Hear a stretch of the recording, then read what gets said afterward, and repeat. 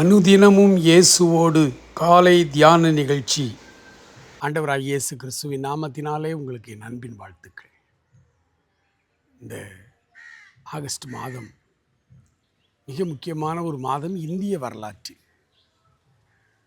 ஆகவே இந்த மாதத்தில் ஆண்டவருடைய ஆவியானவர் நம்மை நடத்துகிற விதமாய் நாம் ஒரு வசனத்தை எடுத்து இந்த மாதம் முழுவதும் தியானத்திற்கென்று வைத்திருக்கிறோம். மத்தேயு என்று எழுதின சுவிசேஷம் 4ஆம் அதிகாரம் 19வது வசனத்தை உங்களுக்கு வாசிக்கிறேன்.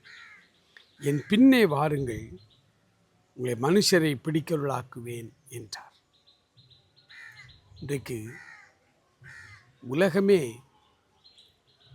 ஏதோ ஒரு காரியத்தை பின்பற்றி போகிறது. கம்யூனிச நாடுகள் என்று அந்த காலத்தில் ரொம்ப ஸ்ட்ரிக்டாக இருக்கும். அவர்கள் எல்லாருமே அந்த கம்யூனிச கோட்பாடுகளை பின்பற்றி போவார்கள். நிறைய வாலிபர்கள், அது இன்றைக்கு இளம் தலைமுறையினர் அரசியல்வாதிகளுக்கு பின்னால் போய்கொண்டிருக்கிறார்கள். அரசியலை பின்பற்றி போகிறார்கள். ஒரு கூட்டம் பேர் நடிகர்களை தலைவர்களாக எண்ணி அவர்கள் பின்னால் போய்கொண்டிருக்கிறார்கள். இன்னும் ஒரு கூட்டம் பேர் இருக்கிறாங்க, ஆண்டவரே இல்லை அப்படிங்கிற ஒரு பகுத்தறிவு அப்படின்னு சொல்லிக்கிட்டு அதன் பின்னால் போகிற ஏதோ ஒரு கொள்கை, ஒரு கோட்பாடு, ஒரு சித்தாந்தம், அதை பின்பற்றி போய்கொண்டிருக்கிறார் உலகம் முழுவதும். ஆனால் இங்கே ஆண்டவர் உங்களையும் என்னையும் பார்த்து அவர் தெளிவாய் சொல்லுகிறார், என் பின்னே வாருங்கள். என் பின்னே வாருங்கள் என்று அழைக்கிறாரே, அழைக்கிறவர் யார் என்று நாம் அறிந்து கொள்ள வேண்டாமா? மிகவும் வேடிக்கையாக ஆனால் உண்மையான காரியத்தை மூத்த அரசியல்வாதி பல கருப்பையா அவர்கள் ஒரு கூட்டத்தில் பேசும் பொழுது விதமாய் சொன்னார்.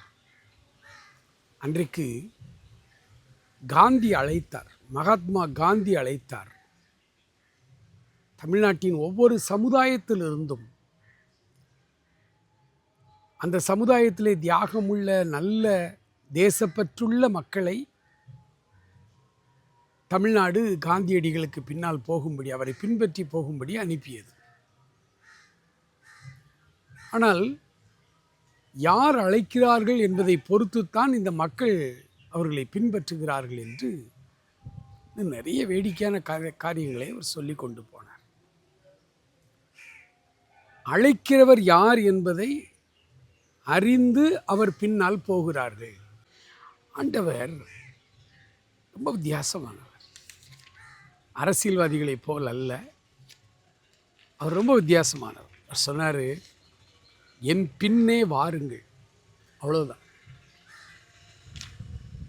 யாரெல்லாம் வரணும், நல்லவங்க தான் என் பின்னால் வரணும் அப்படி ஆண்டவர் சொல்லவே இல்லை.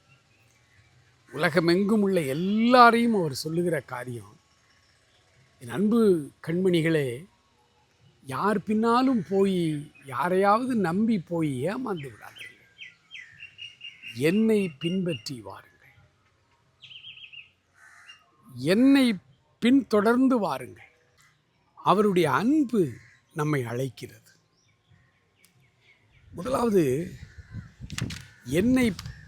என் பின்னே வாருங்கள் அப்படின்னு சொன்னாரே, சொன்னவர் யார்? ஆண்டவராகிய இயேசு கிறிஸ்து. அவர் எப்படிப்பட்டவர் என்று பாருங்கள். தன்னலம் கருதாத தேவகுமாரன். நம்முடைய எல்லா பிரச்சனைகளுக்கும் ஒரு நல்ல தீர்வை வைத்திருக்கிறவர்.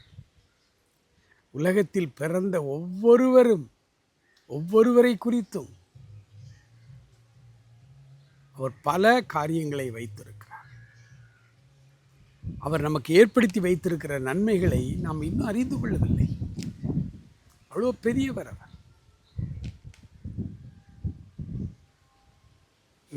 என் பின்னே வாருங்கள் என்று சொன்னவர் எல்லாவற்றுக்கும் மேலாக நமக்காக தன் உயிரையே கொடுத்த தலைவர்.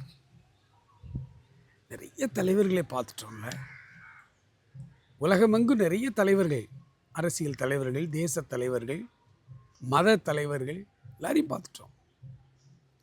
யாருமே நமக்கு பதிலாக அப்படி ஜீவனை கொடுக்கலை, உயிரை கொடுக்கலை. நமக்கு பதிலாக நம்முடைய பாவத்தை சுமந்து தீர்க்கலை. ஆண்டவர் நமக்காக தன் ஜீவனையே கொடுத்திருக்கிறபடியினால் அந்த உரிமையோடு அவர் அழைக்கிறார். என் பின்னே வாருங்கள், என் பின்னே வாருங்கள். இந்த காலை வேளையிலே அவரிடத்துல சொல்ல போகிறேன், ஆண்டவரே உன் பின்னால் வருகிறோம்.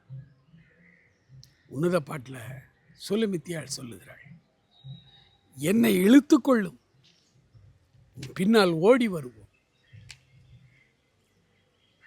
அன்புக்குரியவர்களே, அழைக்கிற இயேசு நமக்காக தன் உயிரை கொடுத்திருக்கிறபடியினாலே அவர் நம்மை அநீதிக்கென்று அல்ல, நீதிக்கென்று அழைக்கிறார், பரிசுத்தத்திற்கென்று அழைக்கிறார்.